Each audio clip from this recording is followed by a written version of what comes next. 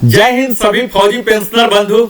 मुझे उम्मीद है आपका पेंशन लगातार आ रहा होगा और आते रहना भी चाहिए, क्योंकि इसके लिए आपने अपने जीवन कुर्बान किया है। आज का दिन हम सबों के लिए बड़ा ही खुशखबरी लेके आया, ओआरओपी का धमाका। और आप इस श्रृंखला को निरंतर देख रहे हैं, मुझे यह पता लग रहा है बहुत ही अच्छा रिस्पॉन्स मिल रहा।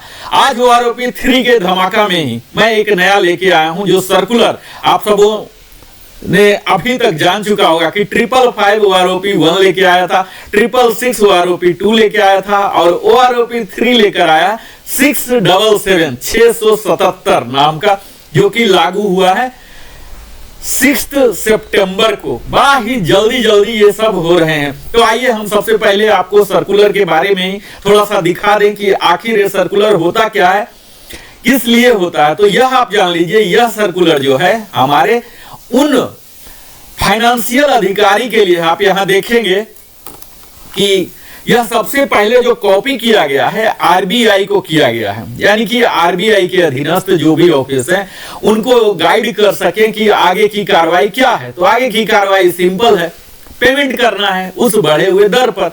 तो इस चीज के लिए जो फाइनल अथॉरिटी है यही सर्कुलर है 677। आप देख पा रहे होंगे 6 सितंबर को जारी किया गया, जिसके पहले एड्रेसी हैं आरबीआई, दूसरा सारे सीएमडी हैं, पब्लिक सेक्टर बैंक जितने हैं, उसके बाद प्राइवेट सेक्टर है, उसके बाद यही कॉपी सीपीपीसी के लिए जाता है, जो कि अगर मैनुअल किसी को चेंजेस करने हैं तो वो चेंज करेंगे। यहां सीएमडी पब्लिक सेक्टर से उनके कारपोरेट सेंटर बैकएंड से सॉफ्टवेयर में चेंजेस करेंगे। ऑल मैनेजर सीपीपीसी से, सीपीपीसी के लिए जो बैकएंड से नहीं हो पाएगा कारपोरेट से, वो सीपीपीसी में मैनुअल करना पड़ेगा। इसके लिए ट्रिकल फीड जनरेट करना पड़ता, यह होगा।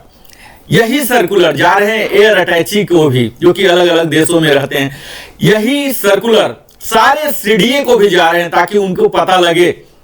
आपको यह मालूम होगा कि सर्कुलर 677 के कारण जो भारत सरकार पर आर्थिक बोझ आ रही है, 6500 करोड़ का बोझ आ रहे हैं इसके बढ़ोतरी के कारण। अब यह अलग बात है, मैं अभी उस बात को नहीं करूंगा कि कितना बढ़ा नहीं बढ़ा, क्या विसंगतियां हैं, कितने लोग नाराज हैं, कितने लोग खुश हैं। तत्काल मैं यह 677 की एक जस्ट झांकी आपको दिखा सकूं कि इसका मूल उद्देश्य क्या होता। तो इसका मूल उद्देश्य है पेमेंट की कार्रवाई प्रारंभ करना, एरियर की कार्रवाई प्रारंभ करना। तो हम सब जान रहे हैं कि यह ओआरओपी 3 जो है लागू हुआ है 1 जुलाई 2024 से, यानी कि जुलाई महीना और अगस्त महीना 2 ही महीने हुए हैं। 99.99% सितंबर में बढ़ा हुआ पेंशन दर के द्वारा ही हमारा पेंशन होगा, यानी कि 2 ही महीने के एरियर आने की उम्मीद है। और जैसा हम सब जानते हैं, अभी तक हमारा डीए 50% है, जिसके 53% होने की कयास लगाई जा रही है। तो अगर 50% भी माना जाए तो मैं आगे के टेबल में आपको दिखाऊंगा कि कितना आपका मूल वृद्धि हुआ है आपके मूल पेंशन दर में। उदाहरण के तौर पर कह रहा हूं कि अगर 1000 रुपीज आपको बढ़ा हुआ दिख रहा पर मंथ, तो 2 महीने का हुआ और 50% डीए हुआ। यानी कि आप सिंपल फॉर्मूला रख लीजिए कि जो भी बढ़ा हुआ दर दिख रहा आपको, उसको 3 टाइम से मल्टीप्लाई कर दें। यह बड़ा ही सिंपल सा फॉर्मूला है। जो भी बढ़ा हुआ दर दिख रहा 3 से मल्टीप्लाई कर दें, वही आपके एडिशनल सितंबर माह में हो सकता है, बीच में भी हो सकता है कि सितंबर के पेंशन के साथ भी आएगा, जो कि आपको दिवाली दशहरा फेस्टिवल का है, इसमें मनाने में मदद करेगा। यहां आप देख पाएंगे कि यह सर्कुलर जो है 12 को एड्रेस किया गया है। इसमें सारी कुछ बातें वही हैं जो हमने ऑलरेडी कवर कर लिया है, और इसमें लगभग कुछ भी नया नहीं है एप्लीकेबिलिटी डेट के। इसके जो भी हैं ओआरओपी के कौन कौन से एप्लीकेबल हैं, कौन कौन से एप्लीकेबल नहीं हैं, डीएससी के लिए क्या होंगे, फैमिली पेंशन के लिए क्या होंगे, ये तमाम बातें यही सब हैं। इनके क्या मेथोडोलॉजी रहे हैं, डिसेबिलिटी के लिए कौन से टेबल हैं, तो एक जिस्ट आउट किया गया है, जो कि हम अपने अगले वीडियो में इसी श्रृंखला में, ओआरओपी का धमाका श्रृंखला में, इन सारे टेबल को, जो मुख्य टेबल हैं, आउट ऑफ 121 कोशिश करूंगा अधिकतम टेबल को एनालिसिस करके आप सबों के लिए बताऊं। आप लोग अगर चाहते हैं हमारे दर्शक चाहते हैं कि उस टेबल का पहले देखना चाहते हैं तो उसका मैं बताऊंगा, अदरवाइज मैं एक एक कर अधिकतम टेबल को जिसमें ज्यादा से ज्यादा लोग कवर है ये सबको मैं दिखाऊंगा। तो यहाँ जस्ट दिया गया है कि किस टेबल से किस टेबल तक क्या कवर करता है। आप यहां देखेंगे कि यही OROP का जो सर्कुलर है ये और किन्हें किन्हें जा रहा, तो यह तो है हमारे। यहां आप नीचे देखेंगे जस्ट फॉर इंफॉर्मेशन, इन जो नीचे के लोग हैं इन्हें सिर्फ इंफॉर्मेशन के लिए दिया गया है, इन्हें कुछ करना नहीं है, जस्ट मालूम होना चाहिए। इसमें अधिकतम PCDA के ही हैं, CDA के हैं, जो ऑडिटिंग अथॉरिटी हैं, रिकॉर्ड ऑफिस है, इन लोगों को कुछ ज्यादा करना नहीं होता, लेकिन मालूम होना चाहिए कि हमारे यहां से जो रिटायर हो रहे हैं इनका कितना पेंशन होता है, ये सब जानने के लिए यहां देख रहे हैं सबको दिया गया है। मुख्यतः यह जो आदेश है यह आदेश लागू हो रहा है इन सभी बॉडी पर जो कि करने वाले हैं फॉर एक्शन। ये 12 एड्रेसी जो हैं एक्शन मुख्यतः इसमें अब चूंकि स्पर्श ही हो गया है, खुद ही है, उसके लिए लागू हो जाएंगे। और CMD PSB के जो हैं इनके लिए है, तो अब स्पर्श को भी आदेश जा चुका जो कि PCDA के इंटरनल बॉडी ही है, वो भी इस पर काम करना शुरू कर दिए हैं। अब मैं आता हूं इससे आगे, जो इसके पीछे वाला लेटर था आप देखे होंगे, DSW का लेटर, जिसके आधार पर ही जो कि MOD का एक ऑथोरिटी था, उसी ऑथोरिटी वाले लेटर में जो कि 4 सितंबर को जारी, जस्ट 2 दिन पहले जारी किया गया था। यह आप देख लीजिए अंतर सर्कुलर में कई लोग इस गवर्नमेंट ऑफ इंडिया का MOD के लेटर को ही लेके बैंक में पहुंच जाते हैं कि मेरा ऐसा हो जाना चाहिए। यहां एक बारीकी सी चीज को देखना है कि ये देखिए 2 किसका है, chief of the defence staff, chief of the army staff, chief of the navy staff, chief of the air staff, यानी कि ये MOD का जो लेटर है इंटरनल लेटर है, इसमें कोई एक्सटर्नल बॉडी नहीं है, कोई भी पेमेंट इसके आधार पर नहीं किया जा सकता। ये उन्हें दिखाया जा रहा, बताया जा रहा है, एक आदेश MOD ने जारी कर दिया जो कि यह टेबल या यह लेटर को, पेंशन पॉलिसी लेटर, उन सबों के ही रिप्रेजेंटेटिव के द्वारा, इन लोग के ही वेटिंग के बाद ही ये बना है। अब ये अमली जामा इसे दे दिया गया, एक ऑथोरिटेटिव रूप दे दिया गया, यह पेंशन पॉलिसी है, लेकिन पेमेंट के लिए ये ऑथोरिटी नहीं है। ये अंतर मैं मूल यहां बताना चाह रहा हूं। यह पेंशन पेइंग ऑथोरिटी नहीं है, पेंशन टेबल के लिए जो कि PCDA जिस पर काम करती है उसके लिए ऑथोरिटी है, इंटरनल बॉडी के लिए। और बैंक के लिए जहां पेमेंट की बात आती है तो उसके लिए सर्कुलर है। यानी कि हम लोग को अगर क्लेम करना है वास्तविक कि हमारा इतना बढ़ जाना चाहिए, इतना नहीं बढ़ा, तो हमारे लिए लैंडमार्क यही 677 होना चाहिए सर्कुलर। इसी सर्कुलर के एनक्लोजर में ये लगे हुए हैं, यानी कि इसके जो सारे तमाम टेबल आप देखेंगे ये सब उसी सर्कुलर का हिस्सा अब बन गया है। ठीक है, तो अब मैं आता हूं अगले अपने मुख्य हिस्सा में। आज का वीडियो मैं मुख्यतः डेडिकेट करना चाहूंगा उन सभी मित्रों को जो कि 2016 1 जनवरी 2016 के बाद जो सेवानिवृत्त हुए हैं, यानी कि 7 CPC के आने के बाद। हम सब जान रहे हैं कि हर पे कमीशन कुछ ना कुछ अच्छाई लाता है, परेशानी लाता है। तो जो परेशानी ला रहा है, आप देखे होंगे कि 2006 से 1 जनवरी 2006 से 6 CPC आया। इससे पीछे के लोगों को MSCP का लाभ नहीं मिलता था, उन्हें लाभ मिलने लगा सिर्फ 1 जनवरी 2006 के बाद। इसी प्रकार कुछ विसंगतियां हुई 2016 के बाद भी, 7 CPC के दौरान भी। 1 जनवरी 2016 के बाद क्या हुआ, वे लोग जो कि X ग्रुप में थे जिनका कि 6200 रखा गया अलाउंसेस, उन्हें अलग टेबल बनाया गया और उसी टेबल का नाम है टेबल नंबर 8, जो कि पिछले OROP 2 से टेबल नंबर 8 इंट्रोड्यूस किया गया। यह एक प्रकार की विसंगतियां हैं। जब OROP है तो टेबल नंबर 8 नाम का चीज एग्जिस्ट ही नहीं होना चाहिए था, इस टेबल नंबर 8 को वहीं मर्ज हो जाना चाहिए था टेबल नंबर 7। खैर ये बाद की बात है, इस पर हम बाद में बात करेंगे कि क्या विसंगतियां हैं, क्या समाधान है, क्या हमारे पास लीगल रिकोर्सेस हैं, क्या हमें करना है। तत्काल मैं एक जस्ट रिकैप करके दिखाऊंगा और मूलतः इस वीडियो को मैं केंद्रित रखना चाहूंगा टेबल नंबर 8 पर, जहां की पूरे रैंक वाइज मैं यह दिखाने का प्रयास करूंगा कि OROP 2 में उन्हें क्या मिल रहा था, OROP 3 में क्या मिलेगा और मुख्य अंतर क्या है, कहां निगेटिव है, कहां कोई एनोमली है। इस पर मैं अपना वीडियो केंद्रित रखना चाहूंगा। इससे पहले जस्ट 2 मिनट में क्विक रिकैप कर लूं। मैं हर वीडियो में बताते रहा हूं OROP के बारे में, माइलस्टोन के बारे में, इसके सैरियल बेनिफिट्स के बारे में। अभी तक जो नहीं देख पाए होंगे ये समझ पाएंगे कि कैसे यह काम करता है। यहां हमने पूरे सर्कुलर के बारे में आपको बताया, जो ये है OROP 3 का OROP 3 में हमने देखा कि क्या क्या माइलस्टोन किया, आपको मैंने दिखाया भी, सारे लेटर भी दिखाया, सर्कुलर भी पास हो गया। चार्जिंग अब एरियर पेमेंट होगा, इसके बारे में भी हमने बात कर लिया। हर 5 साल पर आता है, ये सब हमने बात कर लिया। ये कहां कहां लागू होगा ये भी हमने सर्कुलर को दिखा लिया, राइट। यहां डिसेबिलिटी के लिए होंगे, स्पेशल होंगे, army, navy, air force, DSC, territorial army, retired, discharge, invalidate, died, ये सब के लिए होंगे। यहां किसी का निगेटिव ग्रोथ अगर है भी तो डिसएडवांटेज में रिवीजन नहीं होगा। यहां आप देख पाएंगे सारे एप्लीकेबिलिटी को मैंने लिया है, और जो नॉन एप्लीकेबिलिटी हैं, स्पेशली जो अपने मर्जी से गए हैं, प्रीमैच्योर वाले हैं, एक्सग्रेसिया वाले हैं, रिजर्विस्ट हैं, इन सबों को नॉन एप्लीकेबल। इसके मेथोडोलॉजी जो है, इसमें रैंक, ग्रुप, क्वालिफाइंग सर्विस है, इसके कई एनोमली यहीं से शुरू हो जाते हैं। कई लोगों का कोई रिवीजन ही नहीं है। तो यहां तक हमने कॉमन बातें लगभग हर बार हम बोल रहे हैं आप सबों को।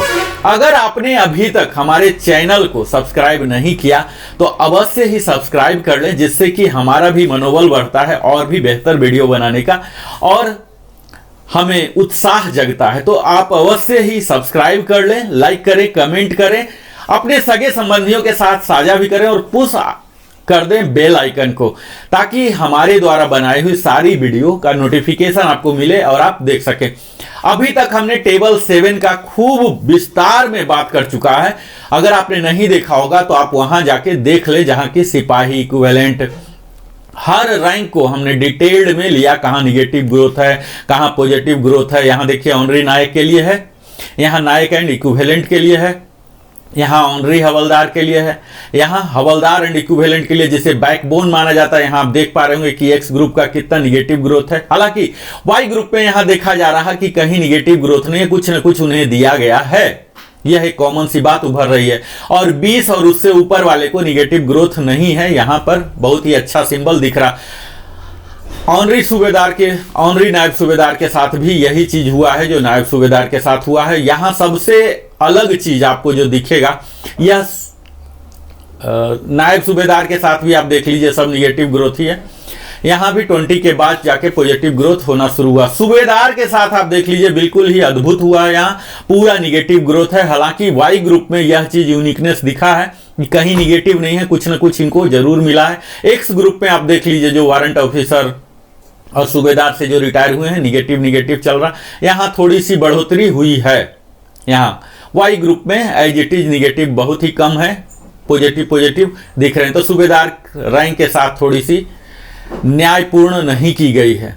यहाँ सूबेदार मेजर देख रहे होंगे, सूबेदार मेजर में भी यहाँ इनको निगेटिव ग्रोथ दिख रहा और फिर बाद में पॉजिटिव ग्रोथ हुआ है। यहाँ आप देख लीजिए कि हम इनके जो ऑनरी रैंक हैं, ऑनरी रैंक में भी शुरू में तो निगेटिव ही है, जो कि कोई होते नहीं इस लेंथ में। जहां से रिटायर होना शुरू करते हैं, यहां से थोड़ी सी बढ़ोतरी इनको मिली है, और अंतिम में जो 33 एंड एबव, 32 एंड एबव, इनको तो काफी अच्छा इजाफा मिला है। यहां आप देख पाएंगे।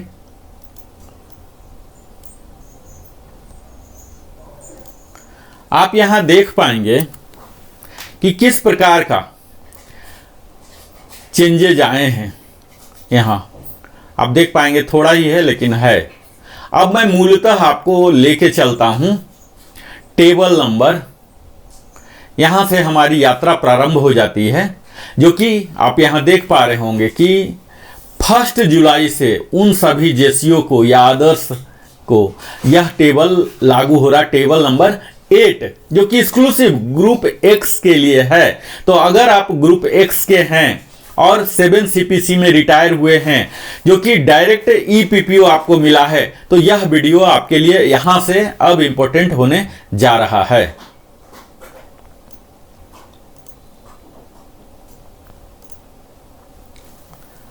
यहां देख लीजिए कि जो 7 CPC में रिटायर होने वाले जो सिपाही एंड इक्विवेलेंट हैं 6 महीने से हैं, तो इनका 1300 डिफरेंस आया है। काफी अच्छा, यहां पूरा टेबल 8 में काफी अच्छा इजाफा है।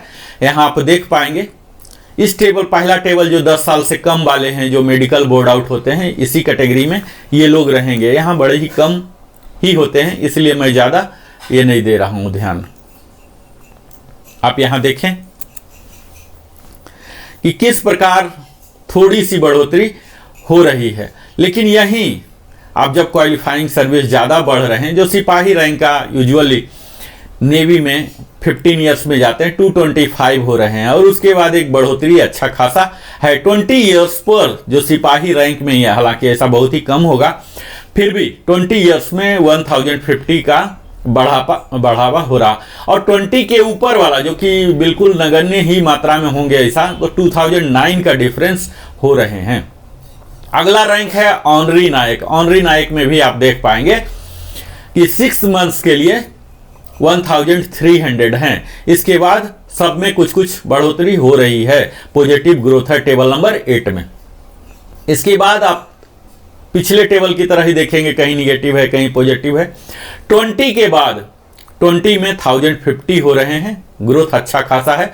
आप अगर इस ब्रैकेट में फॉल हो रहे हैं तो मुझे आपसे आग्रह यही है कि आप इस टेबल का स्नैपशॉट ले लें, ताकि आप खूब आराम से अपने क्वालिफाइंग सर्विस में क्या रेट आ रहा है यह देख लें। क्वालिफाइंग सर्विस हर वीडियो में मैं बताता हूं कि यहाँ राउंडिंग ऑफ किया गया है 6-6 महीने के स्लॉट में, लेकिन कोई जरूरी नहीं होता कि 6-6 महीने में ही आप आएंगे।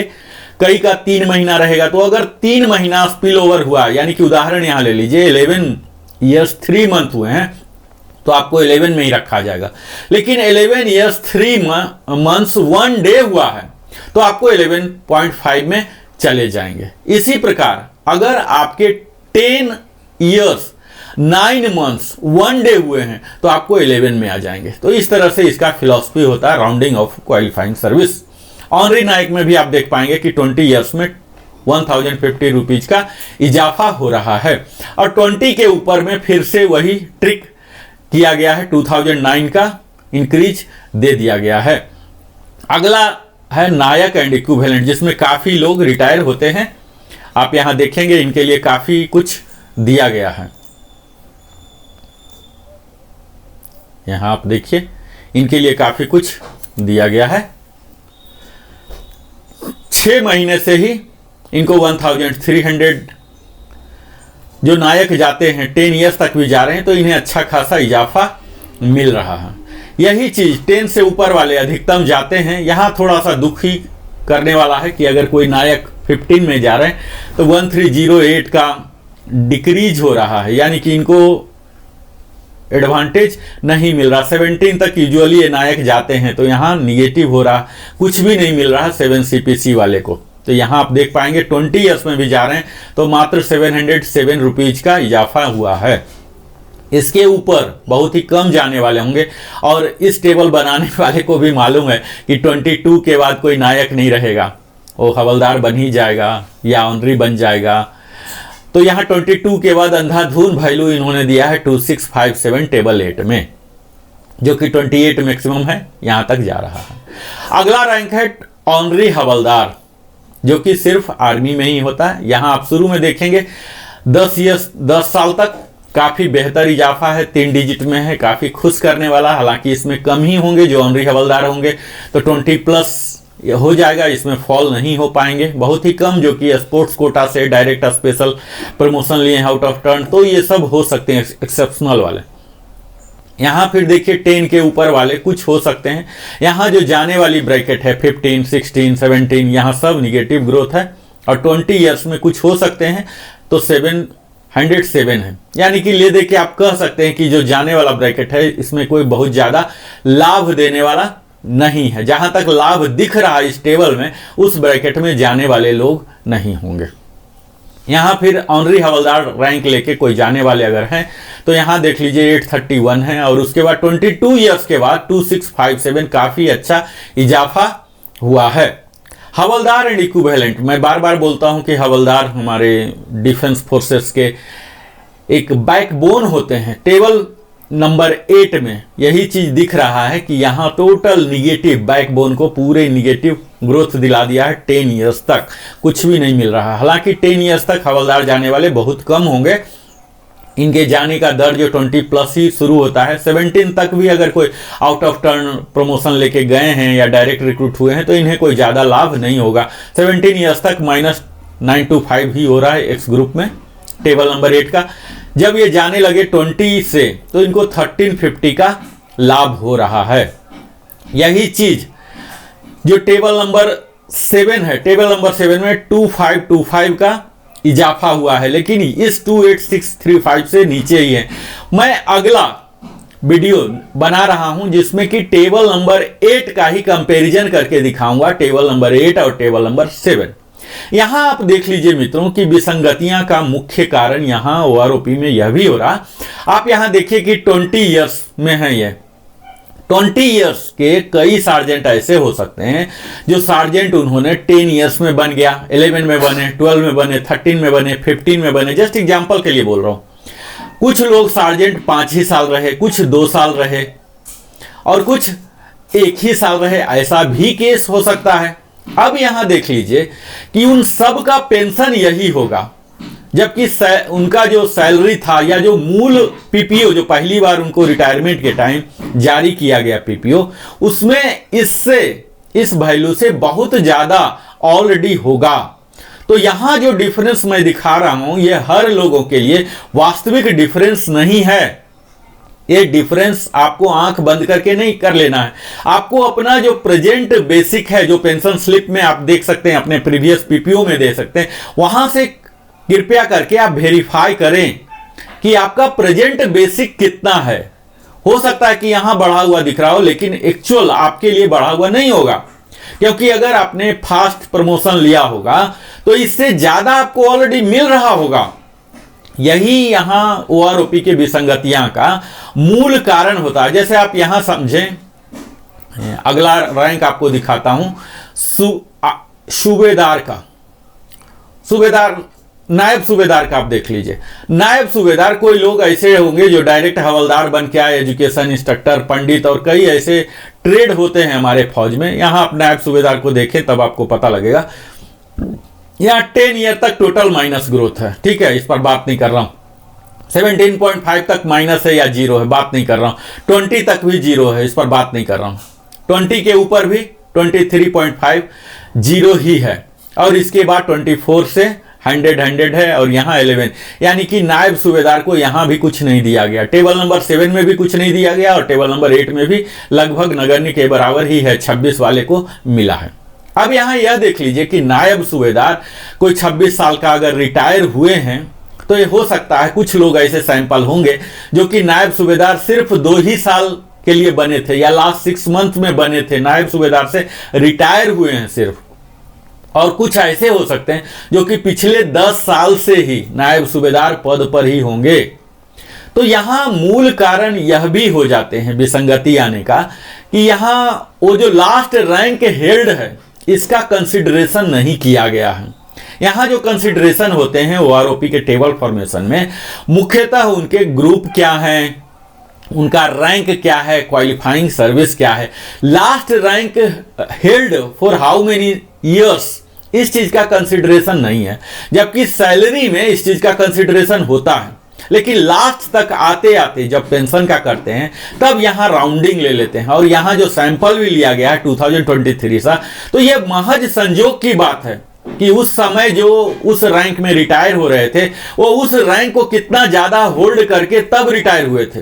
अगर उस रैंक को ज्यादा साल तक होल्ड करके रिटायर हुए हैं तब तो अधिकतम पर हुए होंगे, तब तो जो एवरेज वैल्यू आएगा वो अधिकतम आएगा। लेकिन उस साल अगर कम से कम पर ही वैल्यू लेके ही रिटायर होने वाले ज्यादा संख्या रहे हैं तो उनका एवरेज भी डाउन हो जाएगा। और यही कारण है निगेटिव ग्रोथ या जीरो होने का। अब किस साल कितने ज्यादा रिटायर हो रहे हैं ज्यादा वैल्यू लेके, ये तो 20 साल 25 साल पीछे जाना पड़ेगा, इतिहास को देखना पड़ेगा कि उस समय गवर्नमेंट की जरूरत क्या थी, कितने उन्होंने इनफ्लो लिया था, उसके हिसाब से आउटफ्लो होगा। या फिर मार्केट में देखना पड़ेगा कि मार्केट में अभी फौजियों का डिमांड कितना है, इसके अनुसार से आउटफ्लो होते हैं। तो ये सब कई फैक्टर है। तत्काल इस टेबल बनाने में इस चीज को नजरअंदाज किया गया है कि वो लास्ट रैंक हेल्ड कितने हैं। हालांकि इसमें कुछ लोगों को लाभ भी होगा, जो लास्ट में ही बिल्कुल बने हैं उन्हें भी उच्चतम मिल जाता है, लेकिन जो बहुत पहले ही उस रैंक को हेल्ड करके रखे नायब सूबेदार 8 साल 10 साल से हैं, तब उनको यहाँ एडवांटेज नहीं मिलता है, निगेटिव ग्रोथ चला जाता है या इनइफेक्टेड हो जाता है। तो यहाँ कोई ना कोई हमारी अथॉरिटी को इस तरह का फॉर्मुलेट करना चाहिए जिससे कि यह चीज हो कि सबको लाभ हो और एक रेशनलाइज तरीके से हो।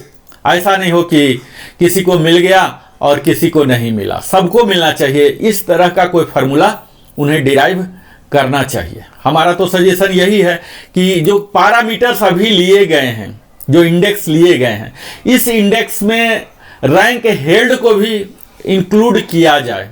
मिनिमम उस रैंक का इतना बढ़ोतरी हो, यानी कि सिंपल सी बात है कि 3-3% तो बढ़ ही रहे हैं, तो 3-3% हर साल बढ़ रहे हैं, तो 5 साल में है तो 15%, तो 7.5% तो मिनिमम सब में बढ़ोतरी होना ही चाहिए।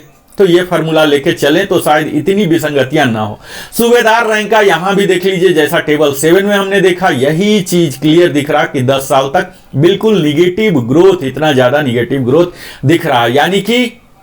यानी इनको टेबल बनाने वाले को कोई डाटा ही नहीं मिला और ये सब पूरा निगेटिव लेके बैठे हुए हैं। यहां देख लीजिए 0 पर आके रुके हैं और फिर थोड़ा सा मिलना शुरू हुआ 26 के बाद ही यूजुअली सूबेदार वारंट अफसर जो होंगे वो जाना शुरू करते हैं। तो यहां पर थोड़ी सी उनको फायदा हो रहा है, 26.5 में ज्यादा फायदा हो रहा है, चूंकि ऐसे यहाँ केस मिले होंगे इनको सैंपलिंग में कि 26.5 साल वाले जो जा रहे होंगे, इनको काफी हायर रैंक में, सूबेदार रैंक में ज्यादा समय तक 4 साल 5 साल 8 साल रह के किए होंगे, तो इन्हें हायर बेसिक पर जाने वाला सैंपल मिला है, तो इसलिए यहां पर इजाफा हुआ। और वही 27 पर जाने वाले जो नॉर्मल गए होंगे यहां नहीं मिला। तो ये किस तरह का इनको सैंपलिंग मिला है उस साल, लास्ट रैंक हेल्ड जो ज्यादा सालों तक रहे हैं, अगर ऐसा सैंपल इन्हें मिला है उस साल यानी कि 2023, तो उनका बढ़ गया। यही इसके पीछे लॉजिक दिख रहा कि कहीं 0 हो रहा, जो कि ऐसा नहीं होना चाहिए। इनका पॉलिसी टेबल फॉर्मेशन में ऐसा होना चाहिए कि सबको इतना मिनिमम होना ही चाहिए। अब यहां देख लीजिए कि 25 साल वाले का कुछ भी नहीं हो रहा, यहां निगेटिव हो रहा, और 26 में वही जाके 8 हो रहा। तो 22.5 से लेके 25.5 तक कुछ भी नहीं मिल रहा और 26 में जाके 800 रुपया मिला है। तो ये सब विसंगतियां हैं जो कि क्लियर कट सूबेदार में बहुत ही ज्यादा इंपैक्ट कर रहा है, निगेटिव इंपैक्ट आ रहा है। इसी प्रकार सूबेदार मेजर में आप देख लीजिए कि इसमें जो हम देख पा रहे हैं अधिकतम है इनका, सारे निगेटिव ही आपको लग रहा है। यहां 10 साल तक निगेटिव ही दिख रहा। हालांकि 10 साल में कोई सूबेदार मेजर बन के नहीं जाएंगे, कोई एजुकेशन इंस्ट्रक्टर या डायरेक्ट हवलदार से या जेसीओ से हुए हो सकते हैं और मेडिकल बोर्ड आउट हो जाएं, तब अलग बात है। 20 तक भी यहाँ पूरा निगेटिव, इतना भयंकर निगेटिव इनको मिल रहा है, यानी कि सैंपल ही इनको नहीं मिला है। सैंपल नहीं मिलने की वजह से इनका एवरेज खराब हुआ। एक आध कोई सैंपल मेडिकल वाला मिला होगा जिसका कि बहुत ही लो रहा, क्योंकि कम लेंथ ऑफ सर्विस में जब आउट हो रहा तो उसका बेसिक भी कम ही होगा, तो कम वाले के कारण ये पूरा निगेटिव चला गया। तो ये एक विसंगति पूर्ण है। इसी तरह से आप देखेंगे सूबेदार मेजर का यहाँ 20 से ऊपर वाला है, जो कि एक्चुअल यहाँ पर सारे निगेटिव ही दिख रहे हैं आपको। यहाँ आप देखिए पूरा निगेटिव, पॉजिटिव वैल्यू 26 से शुरू हुआ है, जो कि यहां से जाना शुरू ऑलमोस्ट करेंगे। टेबल नंबर 8 में आप देखेंगे कि सूबेदार मेजर को यहां से 1000 मिलना शुरू हुआ है। 26 के बाद ही यूजुअली एसएम बनेंगे, एमडब्ल्यू बनेंगे। इतना अभी तो एमडब्ल्यू के लिए 30 इयर्स क्वालिफाइंग सर्विस है, तो 30 के बाद ही बनेंगे ही और उसके बाद ही जाएंगे, 31 में जाएंगे। तो वहां जब वो जाना शुरू होंगे तो उन्हें एक मिल रहा 1000 रुपीज एटलीस्ट मिल रहा है। यहाँ भी आप देख लीजिए कि 1000 रुपीज इन्हें मिल रहा है। लास्ट में जब सूबेदार मेजर ये सबको काफ़ी अच्छा मिला है, 33 एंड एबव को तो 46300 जो HFO का है यही दे दिया गया है। यहाँ सूबेदार मेजर का आप देख पाएंगे। ACP वाले का भी इसी तरह से फर्स्ट जो 10 ईयर्स तक पूरा निगेटिव है, अगला भी 20 ईयर्स तक निगेटिव है। यहाँ फिर से पॉजिटिव 26 साल के बाद ही होना शुरू हुआ है। सेम जो सूबेदार मेजर का है वही ACP 1 में भी है। तो इस प्रकार का यहाँ आप देख पाएंगे ये सारे टेबल। अब आपने इसमें जिनको भी टेबल नंबर 8 में कोई डाउट है, कुछ पूछना है, कुछ बताना है, तो वो हमारे कमेंट सेक्शन का यूज करें। अगर आपको कोई अपने क्वालिफाइंग सर्विस का डाउट है तो आप पूछ सकते हैं। और एरियर की बात जहां हम बार बार ही बोल रहे हैं कि एरियर आपको सितंबर महीना में आ जाएगा। जो भी यहां बढ़ा हुआ दिख रहा है उसको 3 टाइम्स आप कर दीजिए, यही आपका बढ़ा हुआ एरियर आएगा। आप हमारे साथ निरंतर बने रहते हैं। आप जिस कैटेगरी में फॉल हो रहे हैं इस टेबल को आप ये कर लीजिए। यहां पर आप स्नैपशॉट ले सकते हैं। दिल की गहराइयों से बहुत बहुत धन्यवाद आप सबों का, क्योंकि आप अपने जीवन का बहुमूल्य समय देते हैं हमारे साथ। और यहाँ मैं आपको अगर समराइज करूँ तो हमने अभी तक जो वीडियो में देखा, आपने देखा होगा कि तो आज के वीडियो में हमने यह देखा कि किस प्रकार का लाभ आपको मिला है और इसकी क्या ऑथोरिटी है। सर्कुलर नंबर 677 जारी हो गया 6 सितंबर 24 को, जो कि हमारे लिए सचमुच एक धमाका का रूप लेके आया है। ये किन्हीं किन्हीं जारी हुआ है। सर्कुलर का नंबर, सर्कुलर का मतलब क्या हुआ, ये कहाँ कहाँ जाता है, ये जस्ट एक कवरिंग लेटर है। ऑथोरिटी है जो पेमेंट करेंगे, जो फाइनेंशियल ऑथोरिटी है उनके लिए एक आदेश है, चाहे वो स्पर्श हो या डिफरेंट पीडीए हो, चाहे हमारे ट्रेजरी हो, डीपीडीओ हो, पोस्ट ऑफिस हो, बैंक्स हो, सब के लिए एक महज आदेश है। इस आदेश जारी होने के बाद वो लोग अपना कार्रवाई प्रारंभ कर देते हैं। और ये सब जो ऑथोरिटी है 36 कॉपी जो स्पेयर कॉपी भी है, ये सब इनके लिए इंफॉर्मेशन के लिए है कि इनको पता होना चाहिए कि हमारे यहाँ जो काम करते हैं उनका क्या है।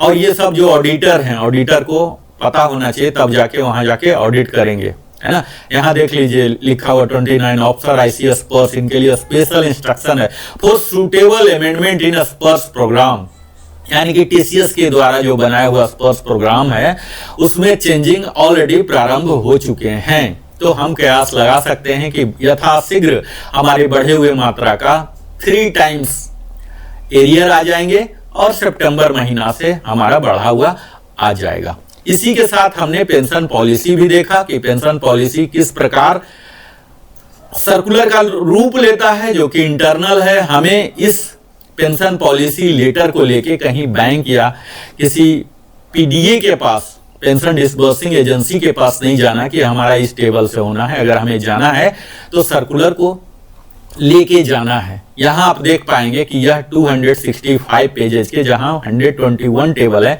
जिसे मैं बारी बारी करके एनालाइज करके आप सबों को दिखाने जा रहा हूं। तो आज तक हमने काफी कुछ कवर किया और उम्मीद है आप हमारे साथ इसी प्रकार जुड़े रहेंगे। और भी मैं कई तरह की नई आपके लिए लाता रहूंगा और आपको सुदृढ़ करते रहूंगा। बहुत बहुत धन्यवाद, बहुत बहुत धन्यवाद।